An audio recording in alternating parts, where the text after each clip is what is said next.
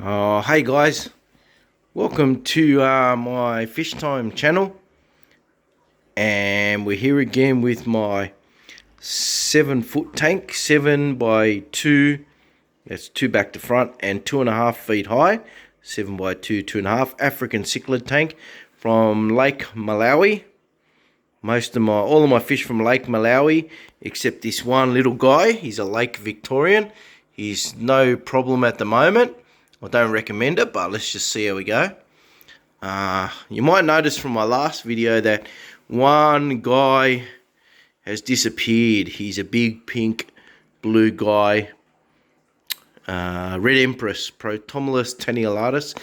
He was a bit sick. Like for the last 3 months, he was dragging his tail on the ground. He was doing okay, but then one day I came back and he was just dead. Well, he was actually 95% dead, so I euthanized him. Sometimes we've got to do that. So, tank's doing okay. Still a little bit cloudy. The lighting has a worse effect on that than anything, actually. I don't know if it's my camera or what. There we go. I seem to have a good lighting setting there on my phone, and it's looking clear. A few particles in the tank. I did feed them an hour ago. And particles and cloudiness is worse after feeding. I've just ordered another wave maker. I've decided I'm going to have 3 wave makers going from back to front instead of trying to go the whole length of the 7-foot tank. I've got one on the right. I'll show you right now. So this green one is going down to the sand. I might push that up actually. This dark Eheim one, it's magnetic actually. You can move it like with a magnet. That's what's awesome. You can move it from the back of the tank. Just got to be careful with 12mm glass. So that's pointing down to the front. And ultimately I want to have 3 of them. 3 gentle ones going from the back to the front, kicking the stuff off the stand. And we can't see it. Let me adjust. There we go. My return outlet is shooting water across the top of the tank, which theoretically should go all the way to the overflow here, which you can barely see. It's not a big overflow. That might be part of the problem. And you can see all the particles that's causing me the problems.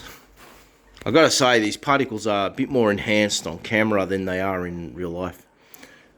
So I want to have 3 wave makers pointing to the sand, one on the right and the center and the left, pointing down and sort of circulating water along the bottom, and kick all the rubbish and stuff from the bottom. Kick it all up, keep it all up in the water column, and then that top one directing stuff to the overflow. But let's see how we go. I'm sort of just working that out as I go. I've never had a tank this big before.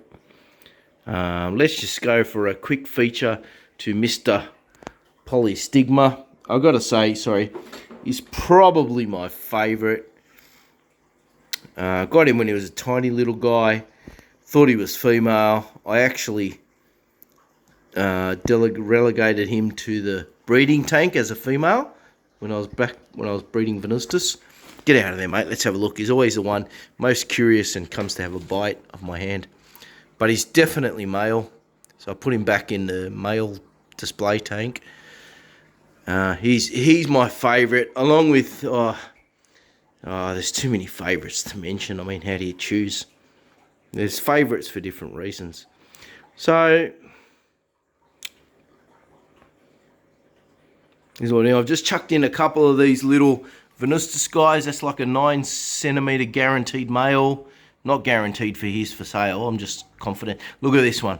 The first indicator is actually the anal fin. If you've had a look at the anal fin, it's not bright yellow. Well, you can't tell in this video. It's not bright yellow like the other juveniles. It's got a lot more black in it. Yeah, really hard to tell here. Anyway, we go back here. So this is what's happening so far. I'm still not happy with the rockscape. Left side is okay. The right side, I'd like to get a bit more height on it. but I'm not in a hurry. Things looking a little bit clearer.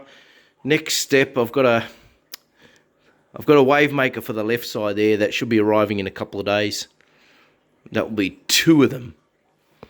2 wave makers pointing down to the sand, and there'll be one missing in the middle, but that green one I've got, you can see on the right hand corner, a glaringly obvious one, that'll be pointing to the middle, but ultimately I'd like to have a gentle one in the middle too. I'll probably put them in timers, on timers, you know, so fish, they're not on, so the fish get a chance to relax at night. Of course, I love this guy. You know, he's a favourite because he's so sought after. You know, if I went back into breeding again, I'd consider these guys. I'd like to actually have all 5 Nimbochromis breeding, but this guy, he'd be the next one after that. Who knows? Maybe to go along with it. Maybe another quick feature. One of my original fish. Gee, he must be. Let me pause it and go look it up. I didn't look it up because I'll put it in the comments. He must be 4 years old, 3 years old. Cyanochromis freyeri, often mislabeled as Cyanochromis ali in American Facebook groups. It's purely by error. They can't claim that's what we call it in the US because, you know, scientific names are an international naming system. Look at this guy. He's got a couple of battle scars you'll see on him now. One just above his gills and one just past the halfway mark on his back there. They've already had a feed. They always look hungry. This yellow guy, dirty stinking hybrid, but I just reckon he's awesome. Someone gave him to me as a swap. People hate hybrids in Australia because we're not technically allowed to import many of these fish, so hybrids dilute the quality of the fish in the country.